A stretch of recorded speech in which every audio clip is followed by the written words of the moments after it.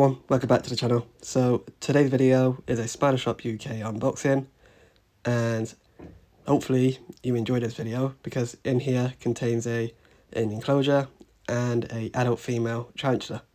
So let's get this unboxed and let's have a look.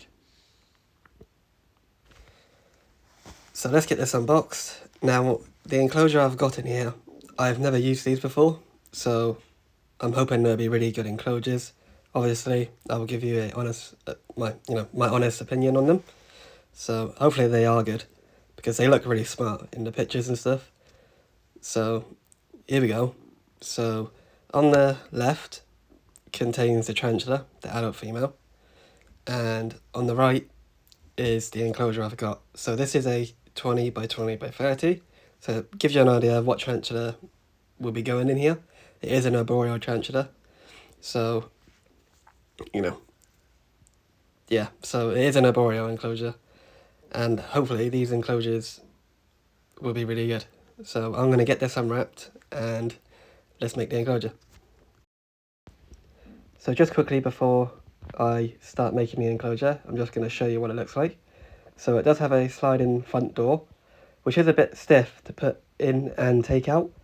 I think that's just the way they're made though, and there is no escape for this spider. So when that lid's in, it's staying in, so it's not loose or anything, it doesn't rattle around. Obviously it's got the ventilation at the top and at the bottom, and you've got the Spider Shop logo on the bottom right. So let's make the enclosure.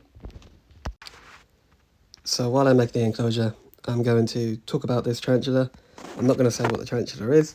I will announce what the tarantula is at the end of making this enclosure. So starting off, these are an arboreal tarantula, so they do live up high. Next, these are an old world tarantula, so these do have a more stronger venom compared to new world tarantulas, and they can be quite fast. Next, these get to about 5 to 6 inches in size. These are from Southeast Asia, and these are, I would say, a medium growth rate tarantula. So I do hear that these tarantulas are pretty shy and will stay hidden away in their hides. So if you do decide to get in one of these won't be the best display tarantula because they would prefer to be hidden in the dark places. I wouldn't recommend these for beginner keepers just because of their speed, and they can be very quick and stuff like that. So, but once you get some experience, I definitely recommend getting one of these because they are a very nice looking tarantula. So housing these can be very basic. So I would keep my juveniles in the 520ml deli cups with ventilation and some substrate and a piece of cork bark that is vertical and some sphagnum moss. You could use your sphagnum moss as a water source, or you can add a water dish in there depending on how much space you got. And the sphagnum moss will help with the humidity in the enclosure. Once they outgrown that, you can put them in something that's like 15 by 15 by 21. I got the cube enclosures. I'll put up a picture on screen now of what they look like. So you can rehouse them into something like that, or you can rehouse them into something a little bit smaller, depending on how big the tarantula is. Then once they outgrown that, you can then put them in a 20 by 20 by 30, like what I've got here, or an XL Terra, or the tarantula room enclosures, anything that's 20 by 20 by 30, and that will be more than big enough for that tarantula for the rest of its life. I keep the temperatures between 22 and 25 degrees. All my tarantulas seem to do well in that temperature, and the humidity I will keep around 70 between 85%, and that's more than enough to keep this tarantula happy. And lastly, I'm going to talk about what to feed them.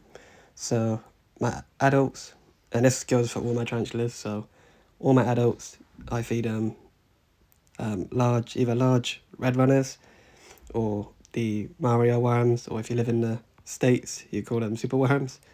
Yeah, so with my large tarantulas, red runners, dubia roaches, or Mario worms, juveniles, I'll feed them either, well, juveniles I normally just stick with either really small red runners or the mealworms, and slings, I feed my slings the fruit flies, the flightless fruit flies, and that seems to keep my tarantulas happy.